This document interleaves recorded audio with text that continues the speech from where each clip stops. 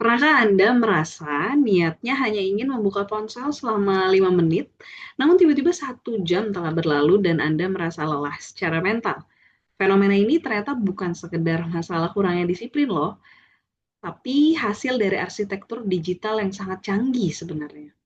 Hari ini kita akan membedah sebuah artikel ilmiah mendalam karya Alvin Felix yang berjudul The Psychological and Neurological Effects of Digital Overstimulation and Dopamine Addiction Among Generation Z. Artikel ini memberikan gambaran yang sangat jelas tentang bagaimana stimulasi digital berlebih mempengaruhi otak dan kesehatan mental generasi Z yang tumbuh besar dalam ekosistem konektivitas konstan dan algoritma yang begitu sudah terstruktur. Pertanyaannya, bagaimana ya platform seperti TikTok, Instagram, khususnya Reels, YouTube Short bisa begitu membuat adiksi?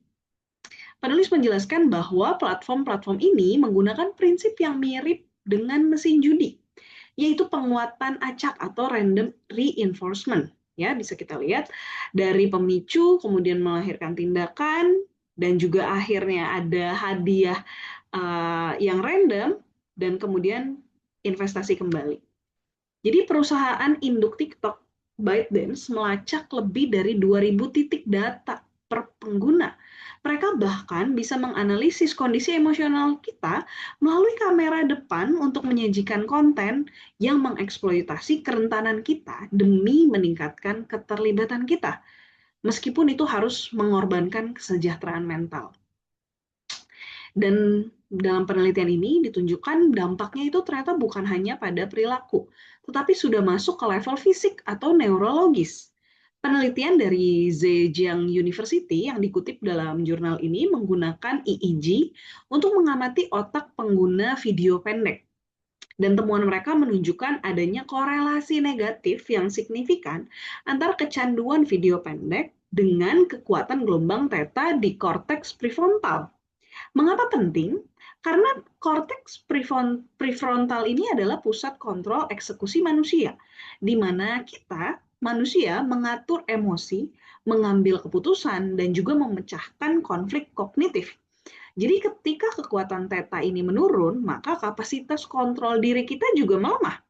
Jadi sederhananya, kita melatih otak kita untuk terbiasa dengan konten yang lebih effortless gitu ya, yang rendah upaya, yang ternyata ini menghancurkan kemampuan kita untuk bisa fokus pada hal-hal yang lebih penting. Nah, jadi secara psikologis, konsekuensinya ini sangat mengkhawatirkan ya. Sebuah studi terhadap hampir dari 2.000 mahasiswa menunjukkan bahwa kecanduan aplikasi video pendek meningkatkan kecemasan akademik sebesar 26% dan menurunkan keterlibatan akademik sebesar 27%. Dan dari data penelitian yang lain menunjukkan angka yang lebih drastis lagi, yaitu pengguna mengalami kecanduan memiliki tingkat depresi sampai 89% lebih tinggi dibandingkan mereka yang bukan pengguna. Selain itu, rentang perhatian atau attention span ditemukan menurun hingga 40% hanya dalam waktu 6 bulan. Mengerikan ya. Dan hal ini terjadi karena otak eh, Gen Z itu terus-menerus dilatih untuk mencari gratifikasi yang instan. Sehingga tugas-tugas yang kompleks, yang membutuhkan ketekunan, lama-kelamaan itu malahan jadi terasa sangat menyiksa. Dan menariknya, artikel ini juga mencatat sebenarnya ada juga beberapa perbedaan pandangan, perdebatan, beberapa peneliti yang berpendapat bahwa mungkin fenomena ini merupakan bentuk evolusi gaya kognitif, di mana Gen Z mungkin lebih beradaptasi dengan ledakan informasi singkat untuk bisa meningkatkan motivasi dan keterlibatan. Tapi kembali lagi, Felix, penulis, menekankan bahwa bukti-bukti dari sisi neurologis dan psikologis jauh lebih kuat menunjuk pada pola kerusakan fungsi atensi dan stabilitas emosional. Ini bukan sekedar gaya baru buat Felix, tapi ini tantangan yang serius terhadap kesehatan mental yang perlu segera ditangani. Dan ada beberapa rekomendasi dan kesimpulan yang diberikan oleh penulis. yaitu apa yang bisa kita lakukan. Penulis menawarkan beberapa rekomendasi praktis, yaitu yang pertama, solusi pertama adalah intervensi mindfulness, yaitu dengan melatih mindfulness atau kesadaran penuh. Karena ini terbukti efektif membantu manusia dalam mengatur emosi dan juga mengurangi kecemasan akademis. Kemudian juga yang kedua itu ada redesign algoritma. Ada kebutuhan mendesak sebenarnya untuk para pengembang agar memprioritaskan kesejahteraan pengguna, bukan sekedar hanya fokus pada durasi nonton yang didapat dari engagement misalnya.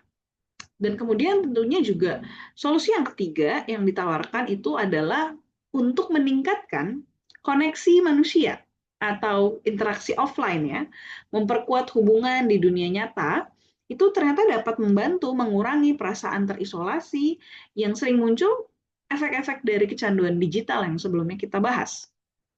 Jadi, sebagai penutup, diagnosisnya adalah overstimulasi adalah ancaman neurologis yang nyata. Dan dampaknya itu adalah penurunan gelombang theta atau kontrol diri dan lonjakan gangguan mental. Bahaya ya. Nah, tindakannya adalah yang bisa kita lakukan adalah pendekatan interdisipliner ya. Diperlukan untuk bisa mengatasi resiko-resiko yang sudah kita bahas sebelumnya. Jadi, teknologi memang menawarkan konektivitas yang luar biasa. Namun juga ia bisa membawa resiko besar terhadap stabilitas mental dan kesuksesan generasi Z khususnya, dan mungkin generasi selanjutnya. Jadi memahami bagaimana lapisan-lapisan digital ini bekerja adalah langkah pertama untuk bisa merebut kembali kendali atas pikiran dan waktu kita. Bahkan mungkin ini akan mempengaruhi juga dampaknya pada spiritualitas kita, yang mungkin akan kita bahas di jurnal-jurnal selanjutnya. Jadi, demikian review jurnal hari ini. Semoga bisa menjadi perspektif baru dan bisa bermanfaat bagi kita semua. Terima kasih sudah menonton. See you.